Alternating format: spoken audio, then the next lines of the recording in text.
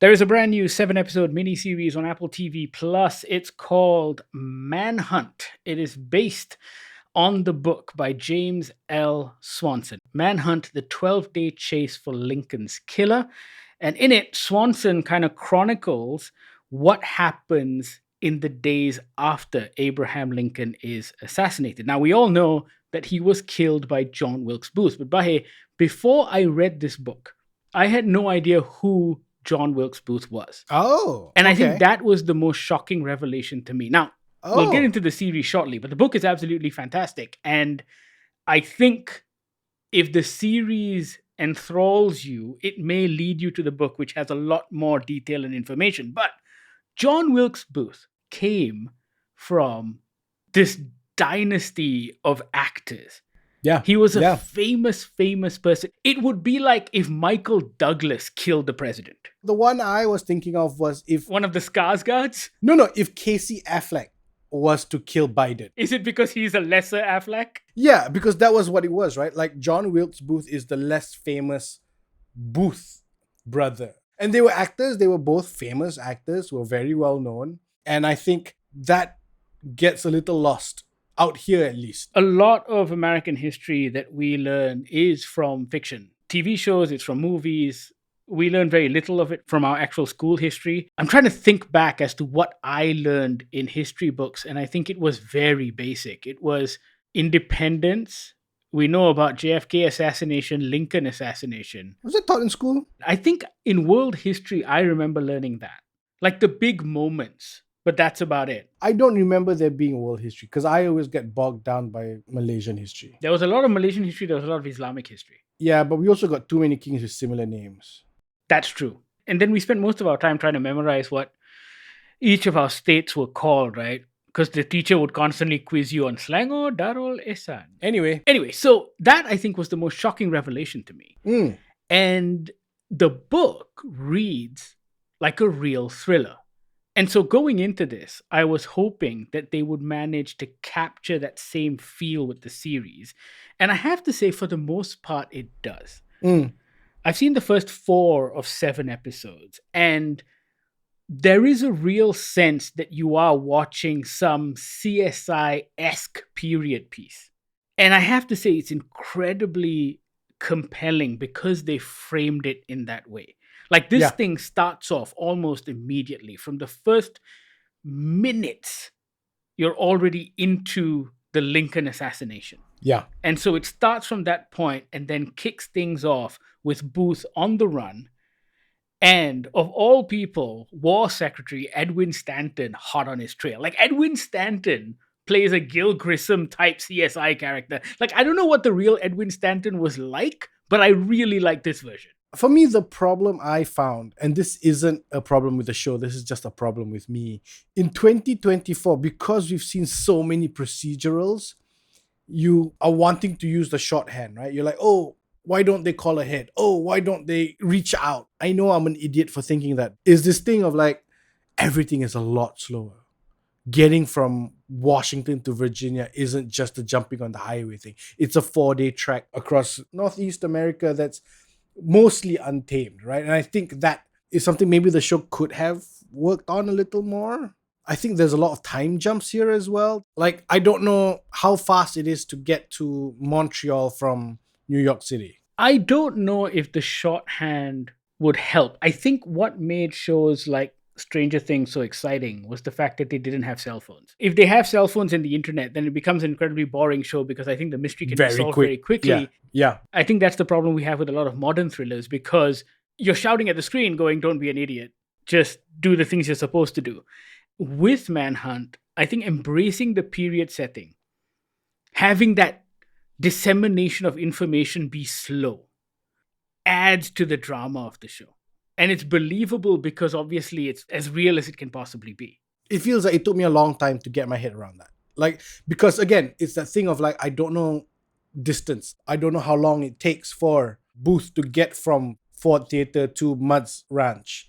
I don't know how long it takes for Booth to get from Mudd's Ranch to his neighbor Swanson. And I think had I known those things, I think I would have worked it out a little better, maybe? Watching that first episode requires a bit of rewiring in your brain. Yes.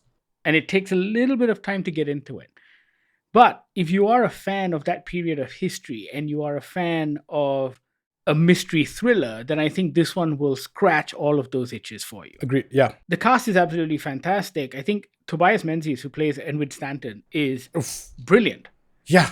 It's a very interesting decision that they've taken with how they've portrayed Stanton. The actual Stanton looked like how people of that era looked. Big white beard, etc., etc. Yeah. But they've kind of made Tobias Menzies look a little more modern, I think. And I think that's intentional. I think showing his entire face and having it not be obscured with a beard, it modernizes the character a little bit. It's the kind of thing a production would decide on because you want to differentiate Edwin Stanton from the other old farts. Even though they're all old farts, but Edwin Stanton was modern for his time.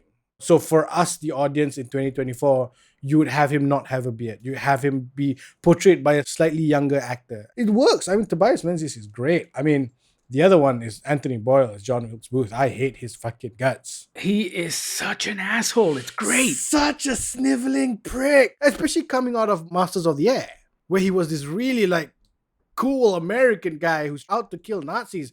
Now he's fucking John Wilkes Booth and it's just, you dick. The only thing that I struggle to get used to, and it took me a few episodes, despite him being a fantastic actor, Hamish Linklater is Abraham Lincoln.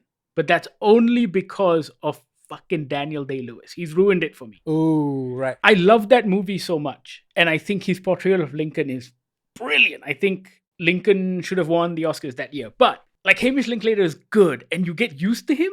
But initially, it's a very different portrayal. For me, I had two others. I mean, yes, Hamish Linklater as Abraham Lincoln. The problem is because his face is kind of, but not quite Abe Lincoln. Like, there are certain camera angles where you're like, oh, no, look, they did a really great job with that makeup for that Abe silhouette, Lincoln. yeah. Yeah, so the silhouette works, but his direct on camera doesn't quite work as well. The other two that I had sort of like, took me a while was Matt Walsh as Sam Mudd. Yep. Because Matt Walsh just plays comic characters mostly. I'm waiting for him to do something stupid. Or when he's shouting at his slaves, I'm like, no, wait, this isn't supposed to be funny. This isn't angry Matt Walsh in a comedy. And Patton Oswalt, who's also great as Lafayette Baker, but it's Patton Oswalt lah. I think his voice is so Patton Oswalt. Yeah, it's the problem is it's Patton Oswalt, you know? It's that I have a hard time like, hey, look, it's Patton Oswalt. But he's supposed to be this really big general guy. But those little nitpicks aside. Stupid nitpicks, but yeah. Stupid nitpicks. Just based on all of the ways we're used to seeing those actors, right? It's very easy for you to brush those aside because everything else about the drama just works. I think there is this period accuracy with regards to the sets, the costumes, the fact that everything looks fucking dirty all the time. Yeah. Which a lot of these shows don't do. The streets are not supposed to be clean, and here there's grit. It's not pristine. It's not pretty. It's not elegant. It's not Bridgerton. It's not Bridgerton, exactly. Yeah. And all of that is depicted really, really well. I think the murder of Lincoln was scary. Like, you know it. You've seen it before in so many movies and so many TV shows. And yet there is a certain amount of blood and gore and violence in this that makes you sit up.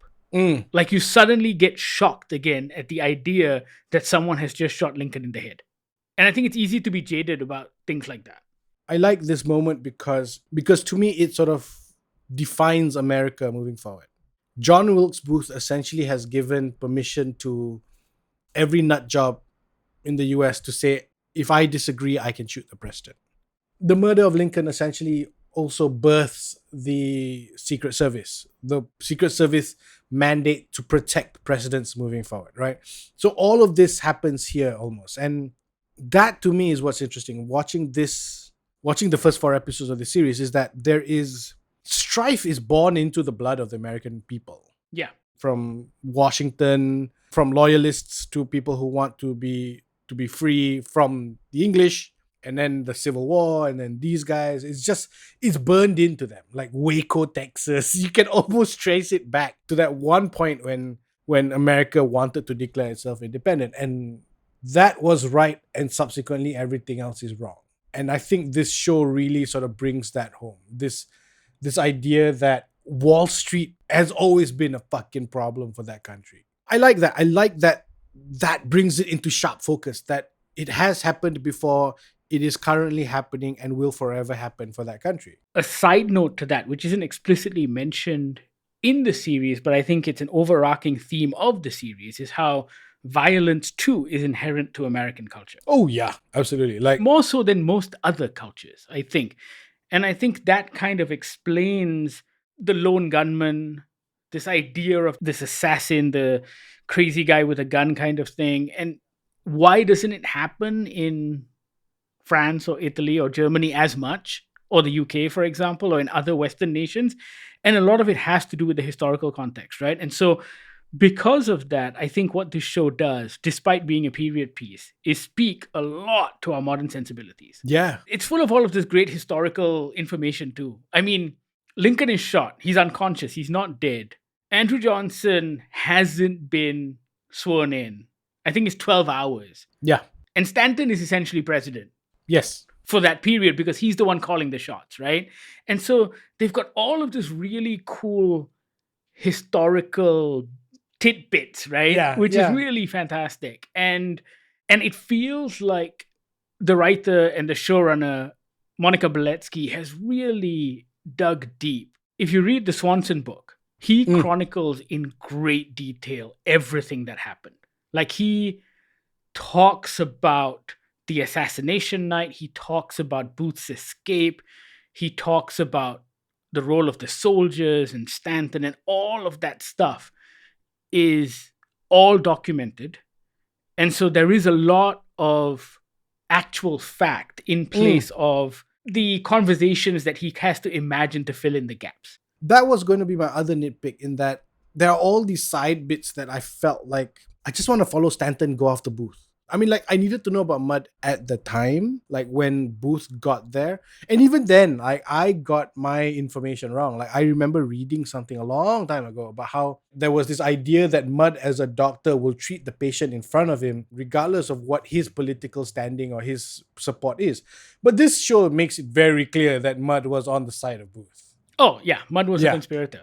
The Surratt family was quite interesting. I remember reading about them a while back. And yes, this isn't directly related to us as Malaysians, but I will say it is directly related to you if you're interested in good TV and if you're interested in the wider world of politics. I'll do one thing further and say that I think it's also related to how we reimagine these historical events and the people who participated in them. So a lot of the time, film and television ends up portraying a popular version of history that the masses tend to accept as fact. Right.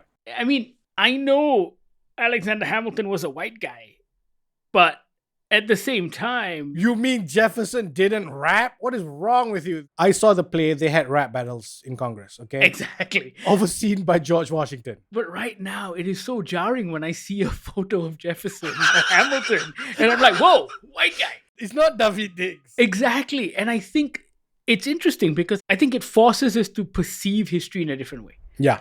And this isn't, of course, as extreme as what Lin-Manuel did with Hamilton, but at the same time, this notion of Edwin Stanton as war secretary doing this, or if you watch the other Apple TV show that's about to launch on Benjamin Franklin, played by Michael Douglas, I think that too is a really interesting take on one of the founding fathers.